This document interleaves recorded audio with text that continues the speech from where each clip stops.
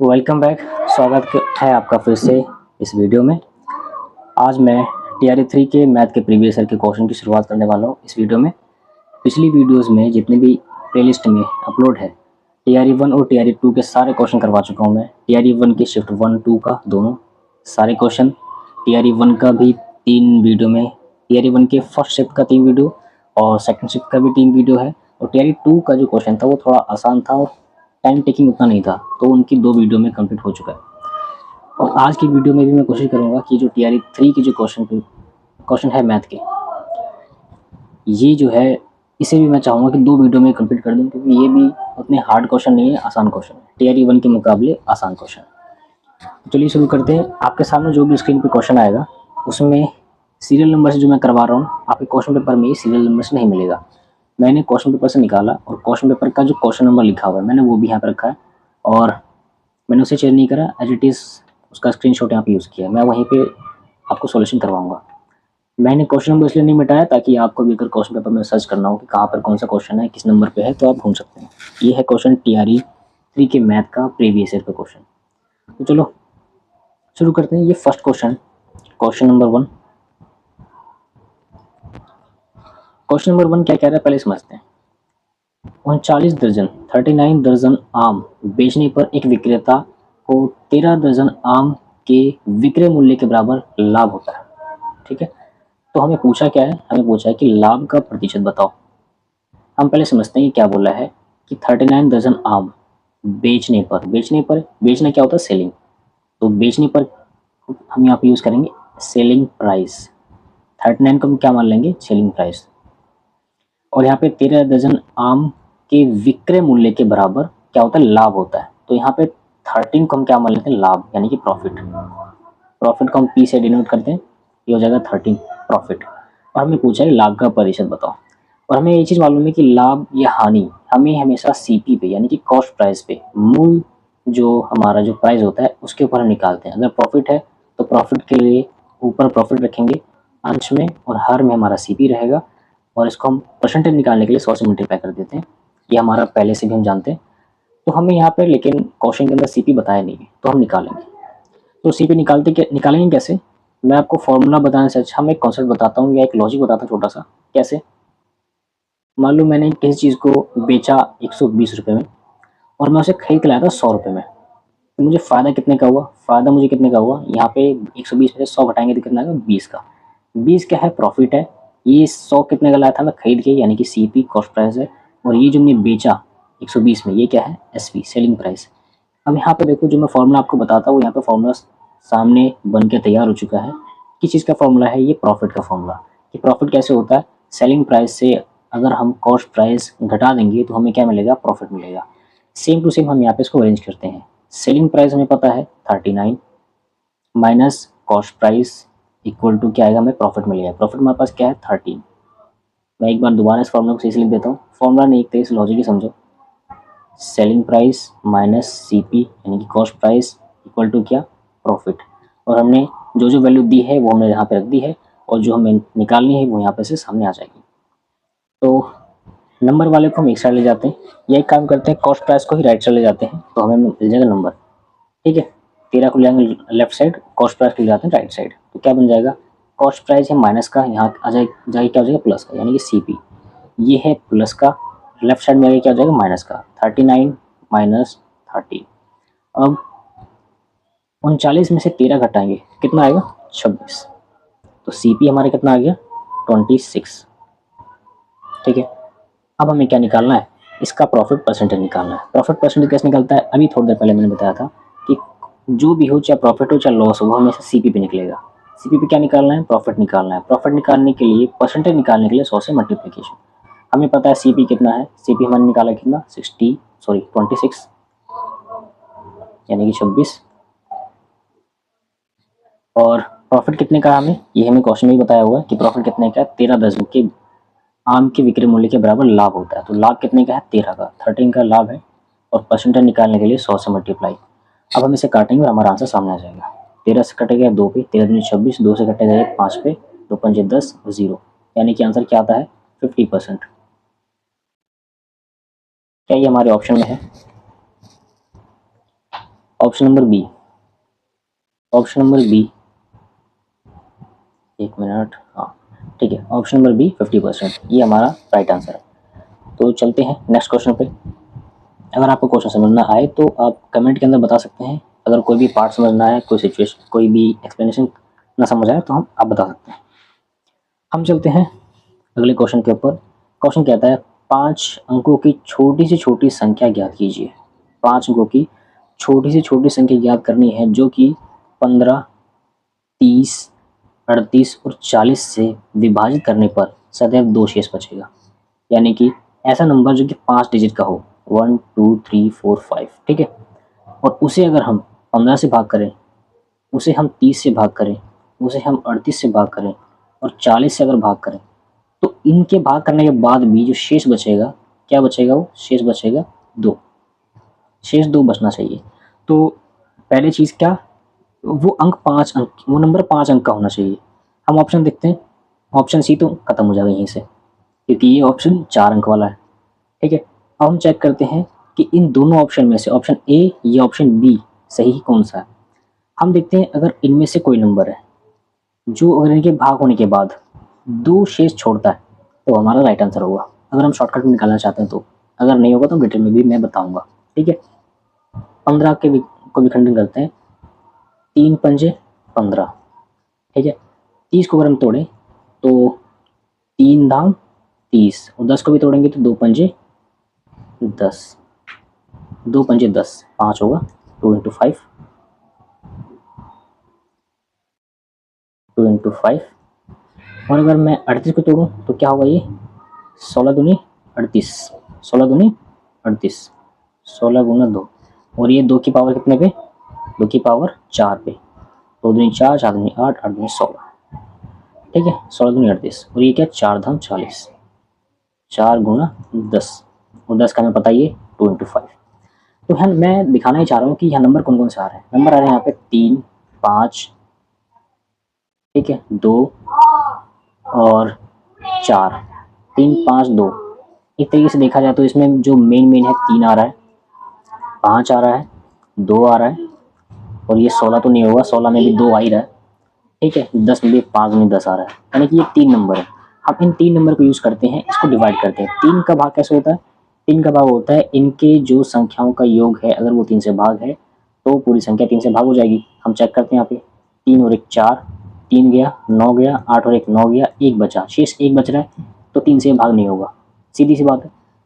5 से करते हैं तो 5 से भाग करने पर यहाँ लास्ट में जो 98 है, 98 है, अगर 5 से भाग होगा ये, तो 5 से भाग होने पर यहाँ पे 3 शेष बचेगा, 2 शेष नहीं बचेगा, ये भी फेल हो गया। अगर हम 2 को यूज़ करें, 2 से भाग करने पर ये पूरा पूरा कट जाएगा, 2 शेष नहीं बचेगा, यानी कि ये आंसर हमारा नहीं हो सकता। अब हम चेक करते हैं option number B. Option number B में क्या है, अगर हम इसको 5 से डिवाइड करेंगे तो यहाँ पे 2 बच जाएगा, क्योंकि लास्ट में 2 है।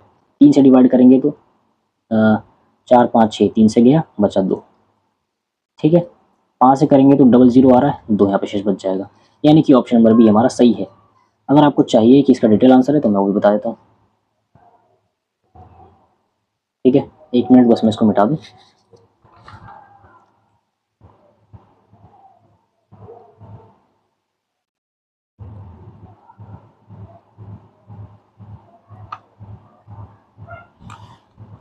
हाँ, तो हमें क्या निकालना है, 5 अंक की वो संख्या जो पूरी तरीके से इनसे विभाजित हो जाए। अब यहाँ एक कॉन्सेप्ट याद रखना कि वो संख्या अगर इनके एलसीएम से विभाजित हो रही है तो वो इन संख्या से भी विभाजित होगी, इसलिए हम इनका एलसीएम निकालेंगे, ठीक है। 15 का विखंडन करते हैं, 15 कैसे कैसे टूटेगा, 3 गुना 5, 3 पंजे 15। 30 कैसे टूटेगा, 3 धाम 30, 3 धाम 30, 10 को क्या बोलेंगे, 2 पंजे 10, और अगला क्या 38, 38, 38 में क्या 38 है, ठीक है। 19 दूनी, और सॉरी मैंने पहले 16 बता दी, 16 दूनी 38, 16 दूनी 48 होगा, तो 19 दूनी 38, तो 38 ने 39 लिख दिया, गलत लिख दिया यहाँ पे तो, अब सही है, ठीक है। उसके बाद है 40, 40 का क्या होगा, 4 धाम 40, 2 को क्या लिख सकते हैं, 2 दूनी 4,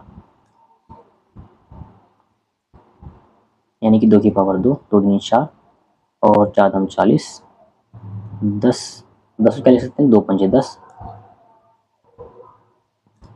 2 पंजे 10। अब 2 पंजे 10 आ रहा है, यानी कि 2 की पावर यहाँ एक और बढ़ जाएगी, 8 पंजे 40। ठीक है, तो हम यहाँ क्या देखते हैं, एलसीएम निकालते हैं इसका। तो इसका एलसीएम क्या आएगा, जो कॉमन आ रहा है सबसे हाईएस्ट, 2 की पावर 3 मल्टीप्लाई सब में 3,3 मल्टीप्लाई और क्या आ रहा है, 5 आ रहा है और आ रहा है 19।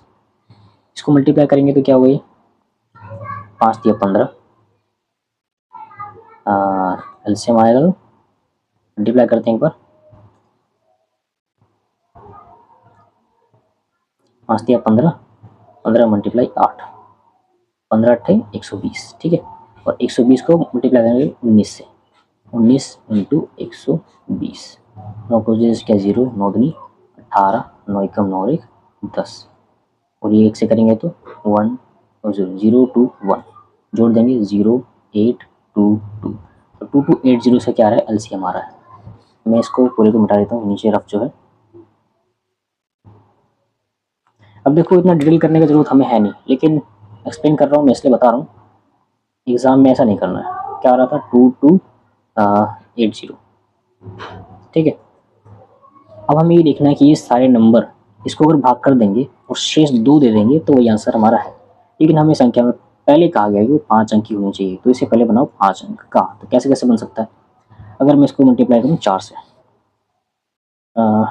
2280 अगर मैं 4 से मल्टीप्लाई करूँ तो क्या ये 5 अंक का बनता है, 0 2 4 32, 4 दूनी 8 9 10 11, 4 दूनी 8 और 1 9, नहीं बना 4 अंक का।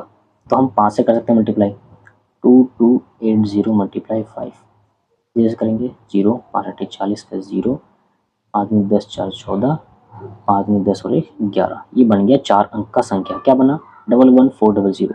ठीक है, हम इस रफ को मिटा देते हैं, तो 5 अंक की संख्या है। हमने इसको किससे मल्टीप्लाई करा, 5 से, मल्टीप्लाई 5 किया और 11 11400। ठीक है, 11400। अब हमें क्या चाहिए, अब ये नंबर जो है इन नंबरों से पूरा विभाजित है, लेकिन हमें कहा कि शेष 2 बचना चाहिए, तो हम इसमें 2 और जोड़ देंगे, +2 कर देंगे, तो 11400 00 की नहीं जाएंगे, लास्ट में अगर हमने 2 जोड़ा है तो 02 हो जाएगा। अब ये नंबर ऐसा है जो कि हमारा ऑप्शन बी में भी है, जिसको हम देख सकते हैं कि ये 5 अंक का भी है और इन सब से विभाजित होने के बाद यहाँ लास्ट में 2 बच भी रहा है, तो हमारा ऑप्शन नंबर बी सही आंसर है।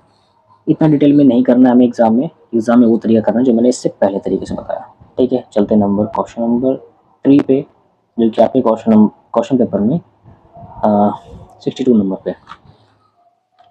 ये क्वेश्चन है, हमें दिया क्या है पहले समझते हैं। जो भी ऊपर क्या नाम है, 8/5 प्लस √17 प्लस में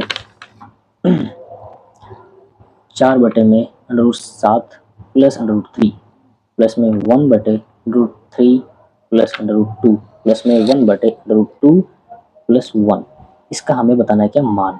इसका मान बताना है, इस पूरे को सॉल्व करने के बाद क्या हमें मिलेगा। तो एक चीज़ याद रखना है, एक वैल्यू होती है संयुग्म। संयुग्म क्या होता है, जैसे कि अगर मैं a प्लस बी लिख रहा हूँ तो इसका संयुग्म होगा a माइनस बी, और अगर a माइनस बी लिखूँगा तो उसका संयुग्म होगा a प्लस बी। इसे कहते हैं संयुग्म। ठीक है, तो हम करेंगे क्या, इसकी जितनी भी वैल्यू दी हुई है यहाँ पे, पहला दूसरा तीसरा और चौथा, इन सब को इनके संयुग्म से क्या करेंगे, मल्टीप्लाई करेंगे और देखते हैं क्या होता है। ठीक है, हमें क्या करना है, इस पूरे क्वेश्चन को छोटा करना है, तो इससे करने का एक तरीका ये है कि इसके संयुग्म से क्या करेंगे, मल्टीप्लाई करेंगे ऊपर नीचे दोनों में। पहले उठाते हैं, पहला क्या है, 18/5 प्लस √7, इसका जो हर है, इसके हर का हम संयुग्म बनाएंगे, जिसमें होता है पहला a दूसरा b, तो इसका संयुग्म क्या होगा, संयुग्म होगा इसका 5 माइनस √7, सिर्फ सिंबल चेंज हो रहा है। ठीक है, और कुछ भी नहीं। और इस 5 माइनस √7 को हम ऊपर नीचे दोनों से क्या करेंगे, मल्टीप्लाई करेंगे। तो मैं एक बार दोबारा सही से लिख के सॉल्व करता हूँ, 5 प्लस √7, ये ऐसे कैसे, ये हम मल्टीप्लाई क्या कर रहे हैं, इसका संयुग्म को ऊपर भी नीचे भी, 5 माइनस अंडर रूट 7, ठीक है। और नीचे क्या 5 minus under root 7, same to same. अगर ऊपर मल्टीप्लाई करें तो क्या हो जाएगा, ये 8 इंटू 5 माइनस अंडर रूट 7, और नीचे क्या हो जाएगा 5 5 जा 25, 5 5 25 प्लस माइनस माइनस, और ये रूट से रूट कट जाएगा तो बचेगा 7। और क्या बचा 8 8 है 18 18 है, ठीक है। हाँ क्वेश्चन में क्या 18, ठीक है। 18 under root 5 minus under root 7 बटे में इसको घटाएंगे तो क्या आएगा 18 आएगा, और यहाँ पे 18 से 18 कट जाएगा तो बचेगा क्या हमारे पास 5 माइनस अंडर रूट 7, ठीक है। इसे याद रखना है, मैं इसे थोड़ा सा यहाँ पे मार्क कर देता हूँ मार्कर से, इसे याद रखना है। मतलब इस पूरे की वैल्यू क्या आ गई ये।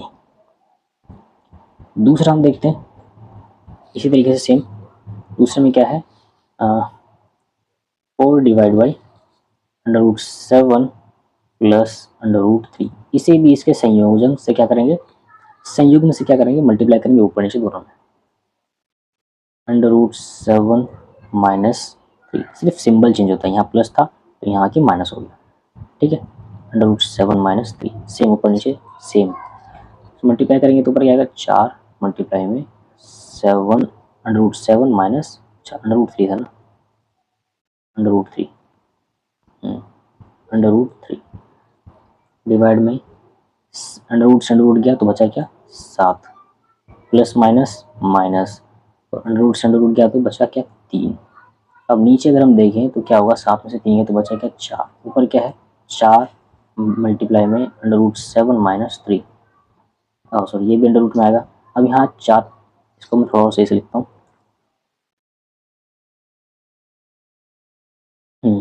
Minus under root 3।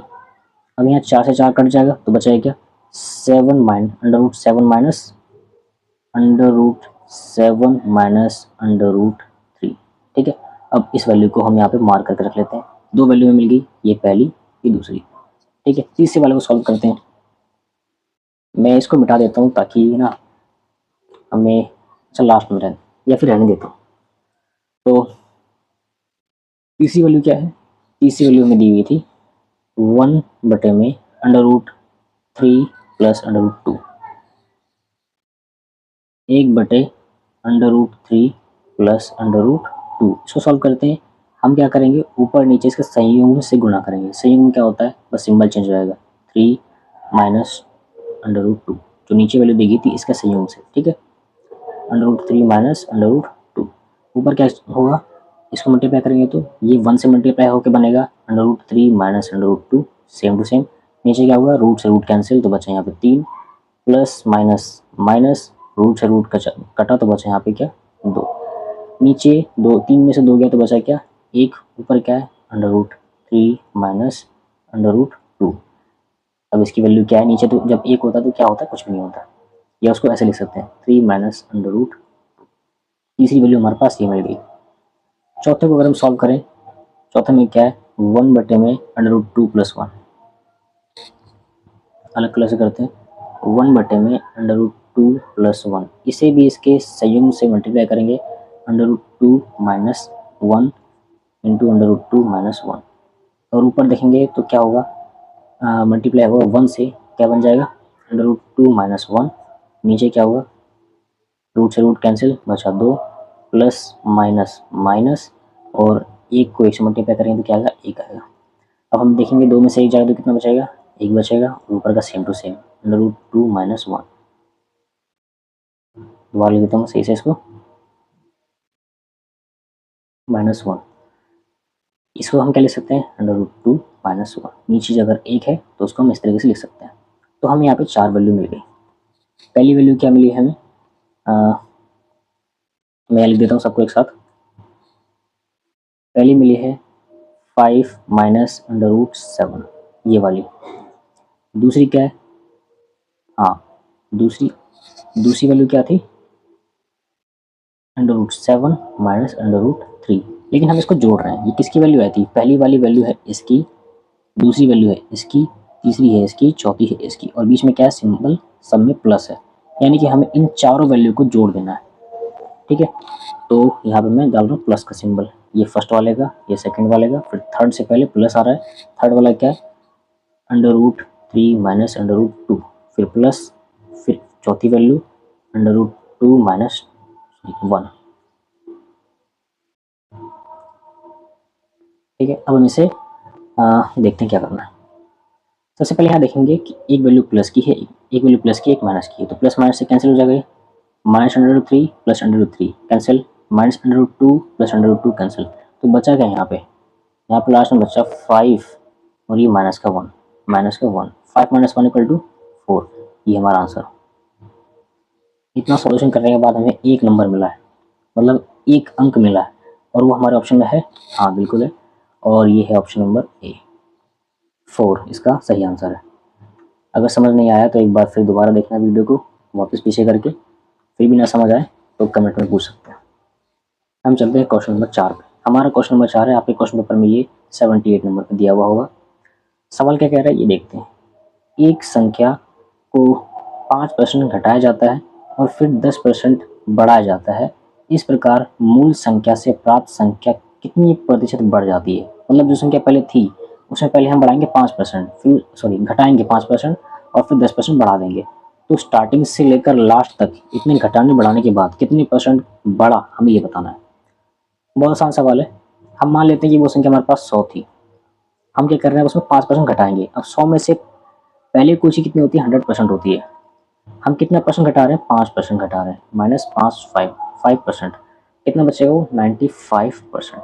ठीक है, तो अब ये जो बच गया वो 95% बच गया, 95% से मल्टीप्लाई कर देंगे। अब जो ये वैल्यू आएगी इसमें क्या है कि 10% और बढ़ाना है, यानी कि अगर 100% पहले कोई चीज़ होती है और उसमें अगर हम 10% बढ़ा दें तो कितनी बन जाती है, 110% बढ़ जाती है। तो हम इस वैल्यू के अंदर 110% क्या कर देंगे, मल्टीप्लाई कर देंगे, और जो हमारा आंसर आएगा वो हमारे सामने होगा। इसको मैं मिटा देता हूँ, सर बस मैंने समझाने के लिए लिखा था, इसका वैसे कोई काम नहीं है सवाल में, ये कॉन्सेप्ट है बस समझने के लिए। तो हम इसे देखते हैं। 2 जीरो से 2 जीरो कैंसिल, 1 जीरो से 1 जीरो कैंसिल, 11 को मल्टीप्लाई करेंगे 95 से, 95 × 11, ये क्या आएगा 59 59 5410। ठीक है, कितना आ रहा है 1045। तो मैं इस पूरे को मिटा के सिर्फ डायरेक्ट इसका मल्टीप्लिकेशन लिखता हूँ। यहाँ पे क्या रहा था 1045। ये पॉइंट क्यों लगाया, क्योंकि यहाँ पे नीचे 1 जीरो बचा हुआ था, ये मैंने दशमलव यहाँ पे इसलिए लगा दिया इसके बदले में। ठीक है, तो अब देखो पहले हमने क्या माना था 100, पहले माना था 100, और अभी कितना हो गया ये 104.5। कितने का अंतर दिख रहा है यहाँ पे 4.5 का अंतर। घटाएंगे तो हमें हमारे सामने आएगा 4.5, ये बढ़ गया है, ये बढ़ गया है, तो हमारा आंसर यहाँ पे क्या मिला 4.5 बढ़ती है, 4.5% बढ़ती है। ठीक है, ये भी वैल्यू परसेंट में थी, ये भी वैल्यू परसेंट में है, और ये भी वैल्यू परसेंट में है। ठीक है, तो आसान सवाल था, समझाने में थोड़ा टाइम लगा, लेकिन अगर सॉल्यूशन करेंगे तो बहुत आसान से बहुत जल्दी हो जाएगा। तो चलते हम अगले क्वेश्चन के ऊपर। ये क्वेश्चन भी बहुत आसान है। Question number 5। क्वेश्चन नंबर 5 क्या कहता है, दिया गया है क्या, √4489, मतलब 4400 क्या होगा 89, इसकी वैल्यू क्या दे रखी है हमें 67। ठीक है, 67 दे रखी है, तो हमें बताना है इसकी वैल्यू क्या होगी। पहले मैं इसको लाइन से सही से लिखता हूँ। क्वेश्चन में आपको दिया हुआ इस तरीके से क्या दे रखा है, ये हमें दिया हुआ क्या है 4489, ये किसके बराबर है, √4489 किसके बराबर है 67 के, यानी कि 67 का ही रूट होता है। ठीक है, ये तो दिया हुआ है। हमसे पूछा है इसका मान बताओ, इसका मान √44.89 प्लस √0.4489 प्लस में √0.489 प्लस में √0.000, एक और जीरो है, 4 जीरो है, फिर 4489, इसकी वैल्यू में बतानी है। सही से नहीं लिखा गया ना, चलो मैं इसको दोबारा सही तरीके से लिखता हूँ अच्छे से। थोड़ा सा टाइम लगेगा कोई बात नहीं, लेकिन काम सही होना चाहिए। यहाँ लिखता हूँ मैं 4.89, दूसरा 0.4489, तीसरा 0.004489, चौथा अंडर रूट 0.0000, 4 बार 0 है, अब ये 4489। ठीक है, अब इसको सॉल्व करने से पहले मैं एक कॉन्सेप्ट बताता हूँ, जिससे ये क्वेश्चन बहुत ही शॉर्ट हो जाएगा, वरना आपको बहुत टाइम लगेगा। और मैं शॉर्ट ही बताऊंगा, मैं लॉन्ग बताने का नहीं चाह रहा हूँ, शॉर्ट करो ज़्यादा अच्छा रहेगा। कि अगर इसी अंडर रूट के अंदर कोई नंबर है, इसे मान लेते हैं 89, ये किसी का स्क्वायर नहीं है, मैं बता रहा हूँ बस एक 89.89।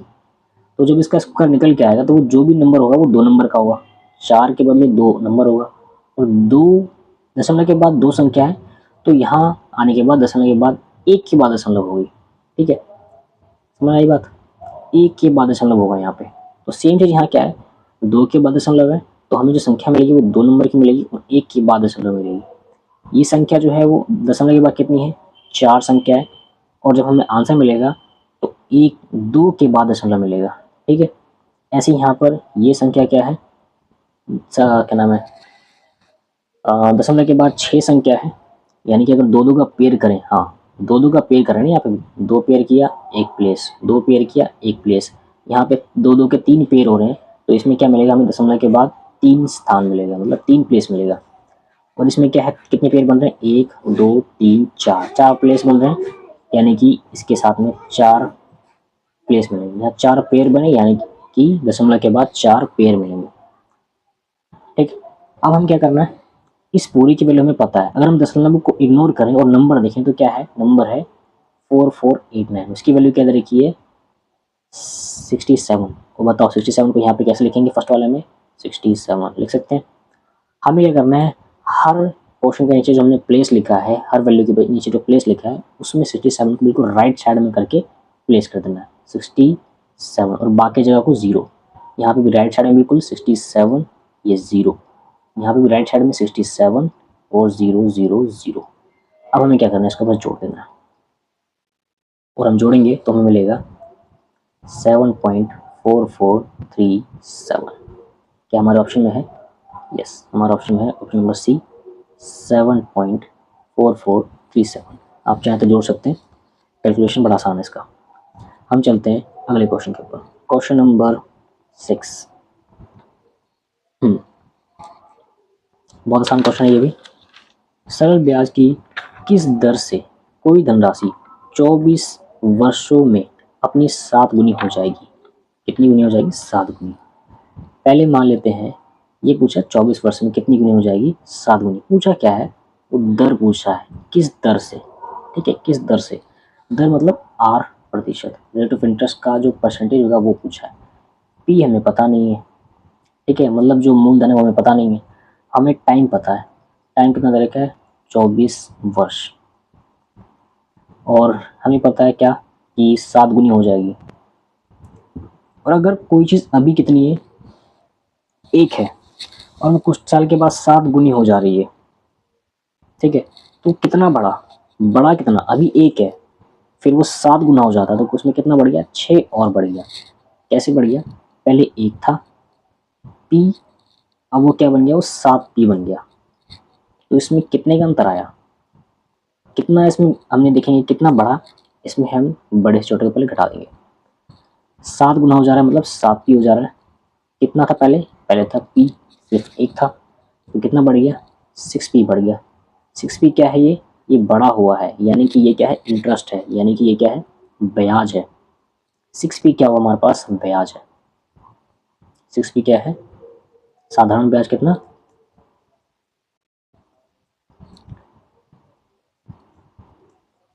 कितना है साधारण ब्याज, 6P।